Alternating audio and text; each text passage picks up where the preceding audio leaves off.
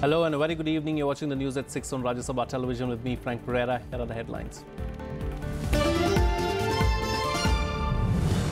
Polling concludes for Rajya Sabha elections in Gujarat. State Chief Electoral Officer B.B. Swain said all 176 MLAs cast their vote. BJP President Amit Shah, Union Minister Smriti Irani, MLA Balwant Singh Rajput and Congress leader Ahmed Patel in the fray.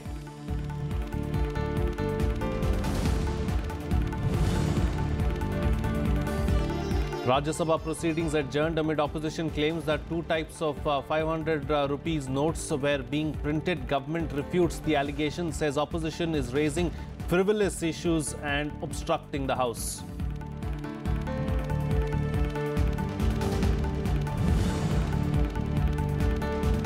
And Lok Sabha adjourned amid uproar by Congress members who were attacked on party Vice President Rahul Gandhi during his Gujarat visit. Party members demand action against all accused involved in the attack.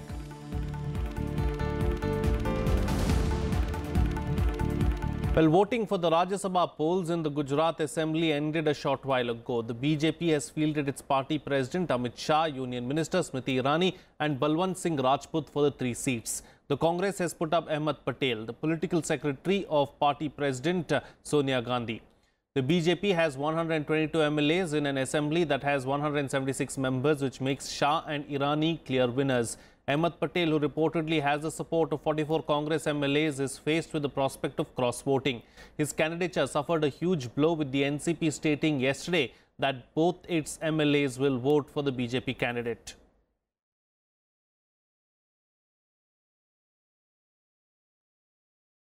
Well, joining us for a chat right now is our correspondent Vishal Dahiya. Vishal, well, the voting has officially ended. Bring us up to date with the latest as far as what's happening in Gujarat.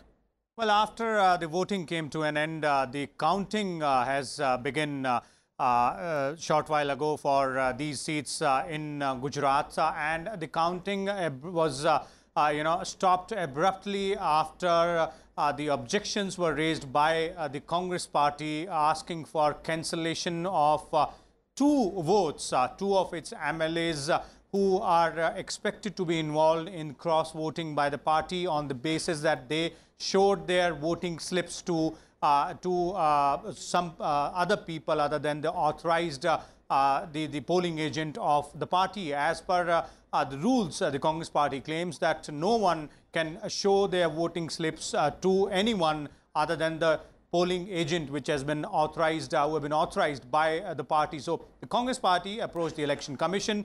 The Election Commission promised to look into this particular complaint after receiving a report from the returning officer for this particular election. And just a short while back, the counting has resumed again. So a lot of political drama going on out there in Gujarat, and it will take a little more time, say another half an hour or so, before we get to know the final results of this particular contest. You know, the BJP has put up 3 names as far as the election is concerned, with 122 MLAs in the assembly. Amit Shah and Smriti Irani are confirmed to win those 2 seats from Gujarat. The 3rd seat, of course, is the one that the Gujarat MLA as well as Ahmed Patel are fighting for and are vying for, and it will be interesting to see what really happens as far as the 3rd seat is concerned. Well, yes, indeed, this entire political fight, specifically in this particular election, is based on this particular angle, that whether or not the Congress stalwart, the General Secretary of the party and the Political Secretary to the Congress President Ahmed Patel will be able to make it to Rajya Sabha this time around. The Congress has 51 MLAs in the Assembly, out of which 8 are understood to have been involved in cross-voting. 7 of them had already resigned from the party. The party had sent 44 of its MLAs to Bengaluru, and out of those 44, 43 apparently have voted in favor of Ahmed Patel, the Congress party is claiming. But now the party has filed a complaint to the Election Commission that 2 of its MLAs who have cross-voted, their vote should be cancelled. Now, if that happens, then the total count of votes which are required by the winner for these 3 seats to Rajya Sabha might come down. And that is one particular arithmetic out here which the Congress party is banking upon, because it is not yet clear whether or not the lone JDU MLA and the two MLAs of the NCP have voted in favor of Ahmed Patel or not. So quite a lot of suspense out here, and the counting has just resumed again after that small delay of around 45 minutes, stoppage rather of 45 minutes, and we're hoping that in some time from now, the final result should be out. All right, Vishal Dahiya, thank you so much for joining us there with all those details. Rajya Sabha proceedings were washed away on Tuesday as the opposition alleged that the two types of 500 rupee notes were being printed. The Congress called it the century's biggest scam. The government refuted the allegations and slammed the opposition for raising frivolous issues and obstructing the proceedings of the House. As the House met, Congress member Kapil Sibal alleged that the Reserve Bank of India was printing two types of Rs 500 currency notes.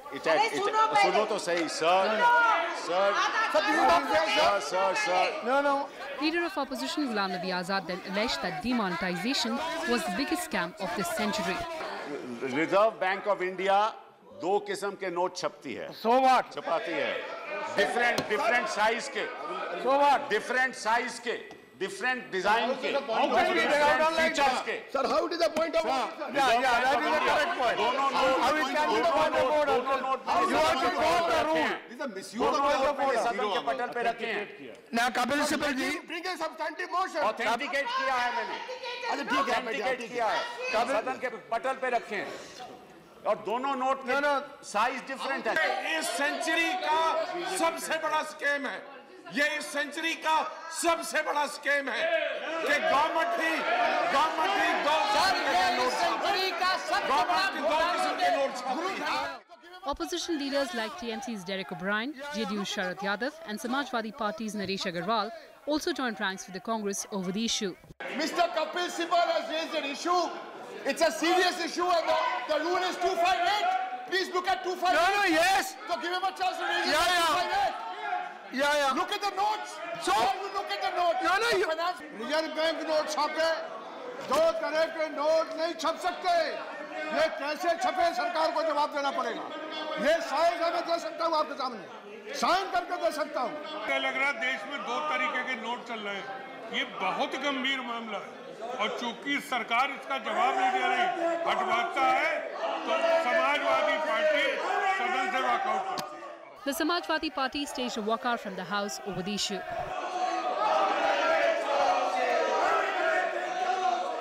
Rejecting all claims, the government accused the Congress of spreading rumours in the country and slammed it for disrupting House proceedings. There are rules under which you give notice. You start raising issues with regard to the currency of the country in this manner, and such irresponsible statements are made.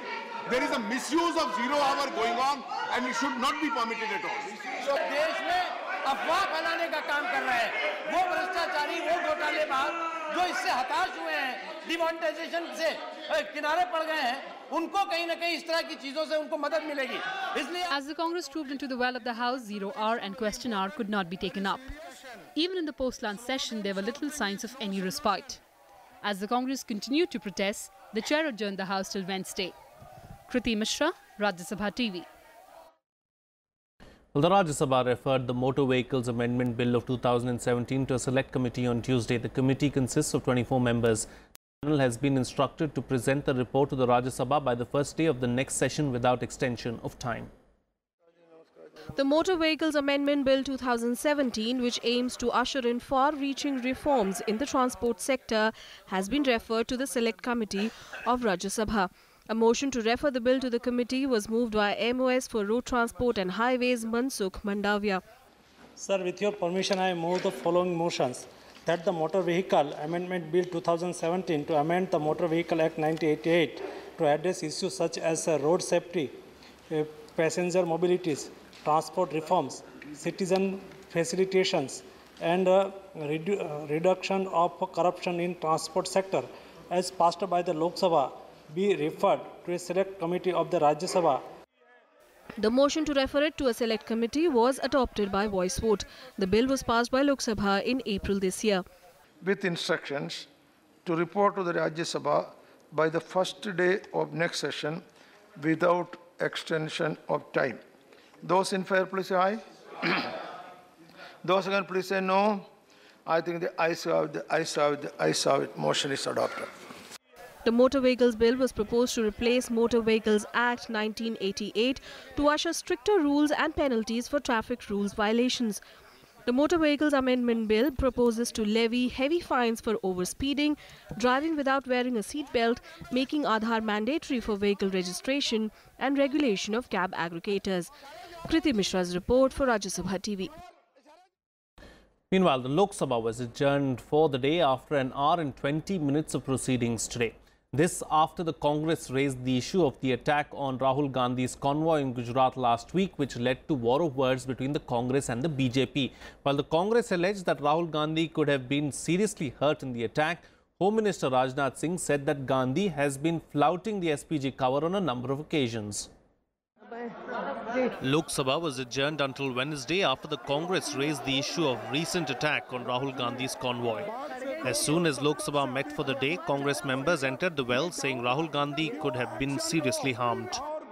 Congress उपाध्यक्ष श्री राहुल गांधी जी हमारे राष्ट्रीय नेता हैं।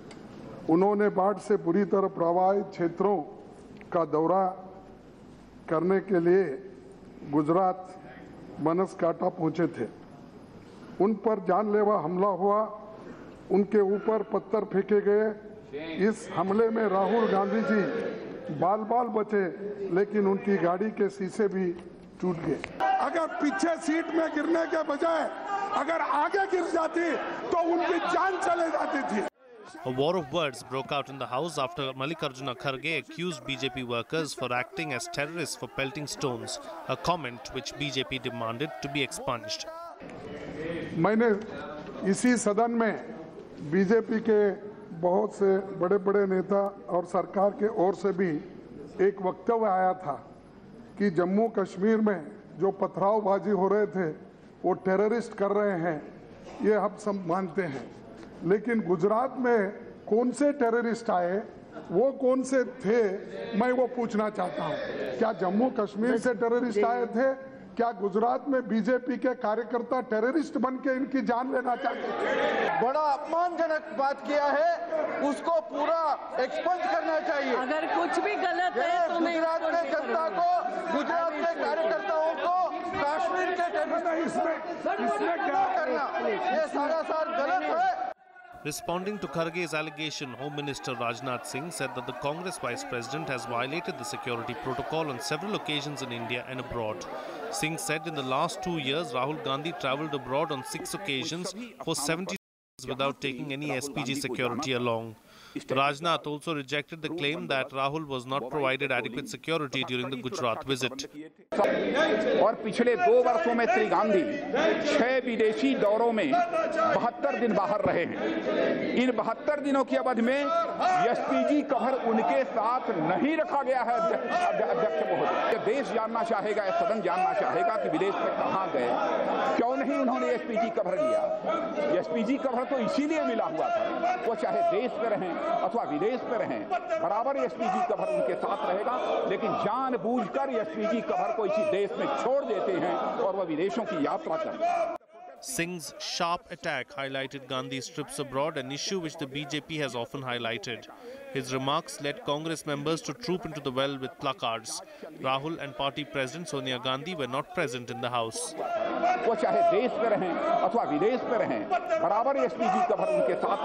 Last week, a stone was hurled at Rahul Gandhi's car during his visit to the flood-affected areas in Gujarat's Banaskantha district. The Congress leadership blamed the BJP for the attack, while the BJP called it a political stunt ahead of the assembly elections in the state. Pranav Goswami's report for Rajya Sabha Television. Well, let's now get you the latest on the Chandigarh stalking case that has once again brought to light the shoddy state of women's safety in the country. 4 days after being stalked and harassed on the streets of Chandigarh, Varnika Kundu is finally hoping for justice as the police have recovered CCTV footage that substantiates her statement. Here are the details. 4 days after Chandigarh DJ Varnika Kundu went through a horrific midnight ordeal on the streets of the city, evidence has emerged confirming her account of being chased and terrorized by Haryana BJP chief Subhash Barala's son and a friend. Chandigarh police has retrieved footage of 5 CCTV cameras en route showing a white SUV racing behind Varnika Kundu's black car. On Friday night, Varnika Kundu had accused 23-year-old Vikas Barala and his friend of stalking and attempting to kidnap her, after which Vikas and his friend Ashish Kumar were arrested but let off within hours on bail. This is a very positive development that we have found the footage. I already knew what my case was, but this helps strengthen my case in the eyes of the law. And the police have, definitely done something positive. I'm so overwhelmed with the support. I mean, every time I think about it, I get a little choked. There is unending support from everywhere. While women's activists and those supporting Varnika allege that the police is moving slowly in the probe, police has rejected claims that it is acting under pressure. The BJP too has rubbished all allegations of a cover-up and said that action will be taken against the culprits. We don't interfere into the working of the police, but police must strongly act as per the need of the situation. But we are not here to guide the police how to behave, how to conduct the inquiry and all. Police की बहुत सराहना की है mister Kundu ने और उनकी बेटी ने भी, दोनों ने, कि पुलिस ने बहुत प्रॉम्प्ट एक्शन लिया and they are very thankful कि वो बच्ची बच गई और घर पर है, and they are very sure, they are confident Chandigarh police will do its job. A day after he alleged that police is trying to dilute the matter, Punjab Chief Minister has once again accused the BJP of a cover-up. TV cameras को tamper किया, उनके बचाने की कोशिश हो रही है. जो बात हुई है, ये गलत बात हुई है और इसकी किसी को प्रोटेक्शन नहीं करनी चाहिए. As Varnika continues her fight, support for her is growing. Scores of people protested in Rohtak demanding justice. Delhi's Aam Aadmi Party MLAs too wore badges saying, "I stand with Varnika." उनके जो पिताजी हैं, जब तक case चलता है उनको इस्तीफा देना चाहिए ताकि वो इस केस को किसी भी तरह से प्रभावित न कर सकें. ये हमारी मांग है और बाकी हम लोग सब इस परिवार के साथ हैं, इस लड़की के साथ हैं. ऐसा भी वो चाहेंगे, हम लोग हमेशा उनके साथ खड़े होने के लिए तैयार हैं. The police is also accused of not adding the non-bailable kidnapping charge in the FIR. However, this CCTV footage may well be the much-needed breakthrough for the police to nab the culprits. Bureau Report, Rajya Sabha TV. Well, the Supreme Court has issued a notice to the Centre on Special Status to Jammu and Kashmir seeking a reply in 4 weeks. The notice has been sent by a bench headed by Chief Justice J.S. Keher. The Apex Court was seeking response on a plea against a Delhi High Court order which had rejected a petition challenging validity of Article 370 of the Constitution. The petitioner, Kumari Vijayalakshmi Jha, had claimed that Article 370 was a temporary provision that had lapsed with the dissolution of the state's Constituent Assembly in 1957. The petition urged that the separate constitution of Jammu and Kashmir be declared illegal. The Delhi High Court had on April 11th rejected the plea as the Supreme Court had already dismissed a petition on the issue. Well, let's now take a look at some other national news and developments in nationwide. Nearly 50 Indian fishermen were arrested today by the Sri Lankan Navy for allegedly poaching in the country's territorial waters. Reports say that they have been accused of indulging in bottom trawling, which is outlawed in Sri Lanka. The fishermen would be handed over to the Fisheries Inspection Office in Jaffna for further action.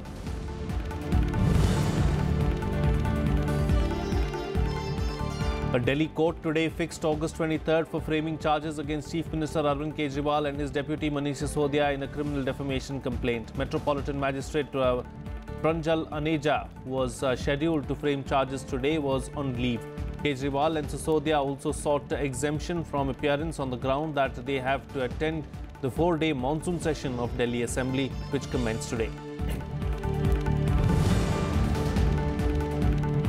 Well, the Supreme Court has dismissed a plea seeking framing of a national yoga policy and making the practice compulsory for students of classes 1 to 8 across the country. The Apex Court also said that it is for the government to take a decision on such issues.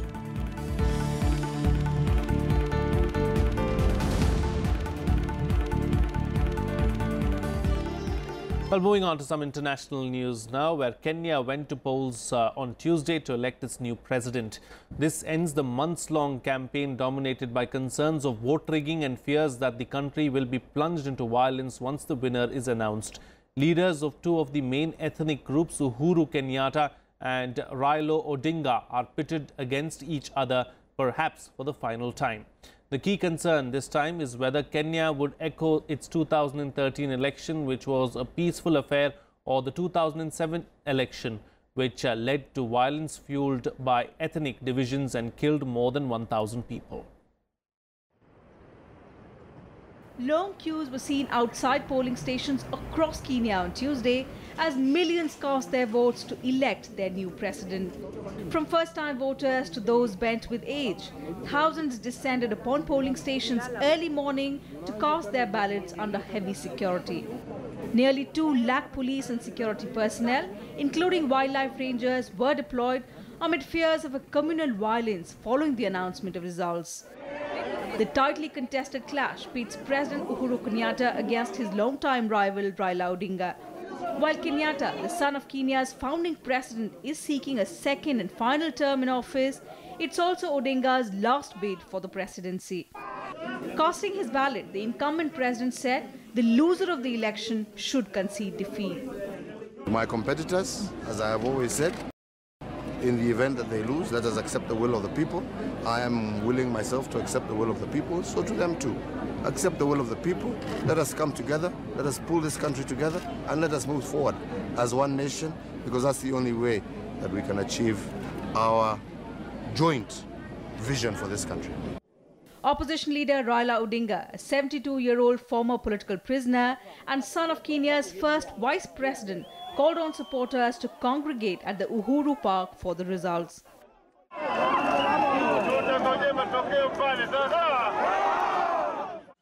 For the first time in Kenya's history, prisoners were also allowed to cast their ballot. It is the first time that Kenyan prisoners are voting, and this is a very good thing that we really appreciate. It was so smooth and very fast. We really appreciate for that. It is a great day for Kenya, I can say, because we have been given the opportunity to come and exercise our democratic right of voting in the people we want. Former U.S. Secretary of State John Kerry, who is heading the U.S. Election Observer Mission in Kenya, said voters in the country were taking the election very seriously. It's too early for us to draw any kinds of conclusions, so we're not. But obviously, given what's happened in the past and given the stakes for the future, this is a very, very important election, and clearly the citizens of Kenya are taking it very, very seriously. Former U.S. President Barack Obama, whose father was born in Kenya, led a chorus of international calls on the eve of the vote for a peaceful election. Observers see the election as the last showdown of a dynastic rivalry between the families of Kenyatta and Odinga that has lasted more than half a century. Bureau Report, Rajya Sabha TV. Well, at least one person has been reported dead and more than 30 injured in a blast in Pakistan's Lahore city. The incident took place at Sagian Bridge near Lahore's Band Road, where a fruit-laden truck was parked. The injured, including women and children, were rushed to the nearby hospitals for treatment. According to reports, the truck had explosives concealed in the fruit crates stacked inside. Several vehicles in the area have also been damaged due to the intensity of the explosion. तकरीबन 5 foot गहरा खड्डा है। Private ये parking stand है जहाँ पर trucks खड़े होते हैं। उनमें से जो अंदर जाहिर हो रहा है, एक ट्रक के अंदर एक्सप्लोसिव था जो एक्सप्लोड हुआ है।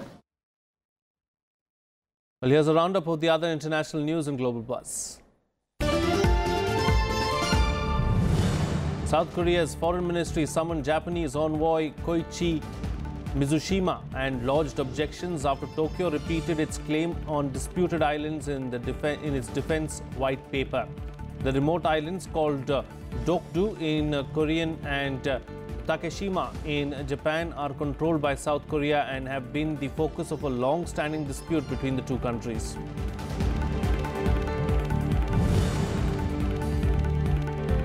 Saudi Arabia will allow foreign companies to own engineering services companies in full without requiring them to partner with a Saudi-owned firm. But the foreign company will need to have existed for at least 10 years to qualify. It would also need to be multinational with operations in at least 4 countries. The move is aimed to liberalize Saudi's business regulations to attract more investors and diversify its economy away from oil.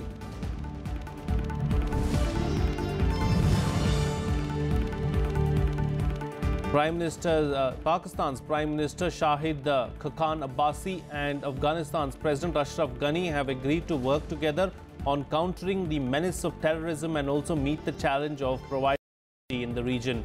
According to reports, PM Abbasi said that he will work with Afghanistan for security and stability in the region and added that terrorism was a common enemy.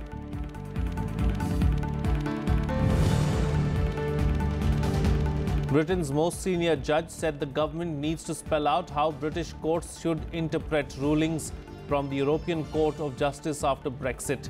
Currently, Britain must abide by ECJ judgments, but Prime Minister Theresa May's government said that Britain will leave its jurisdiction after Brexit. However, Brexit supporters say that the ECJ should have no say at all over British matters, and that the vote to leave the EU was partly about restoring legislative sovereignty.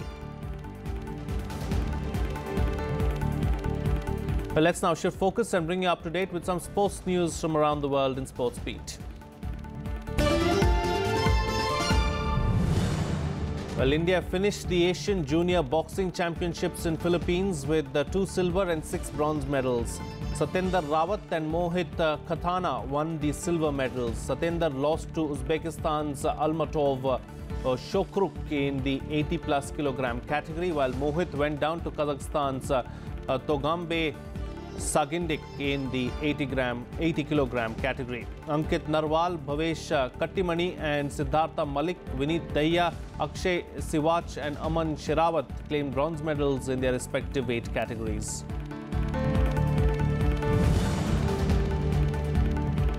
In the World Athletic Championships, Indian runner Nirmala Sheuran failed to qualify for the women's 400 meters final at London. Nirmala could not make it to the final 9 after she finished 7th in the semi-finals heats with a timing of 53.07 seconds. After 4 days of the championships, the United States leads the medals tally with Kenya 2nd and Ethiopia 3rd.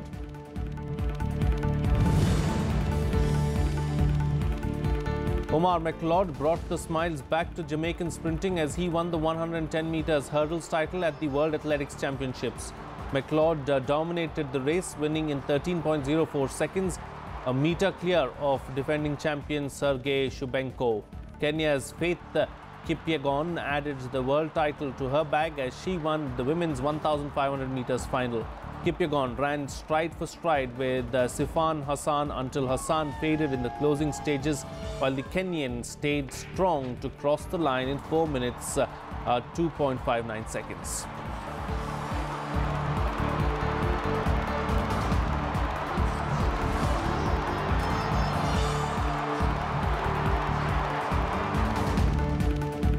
Well, that's it on this newscast. Have a good evening.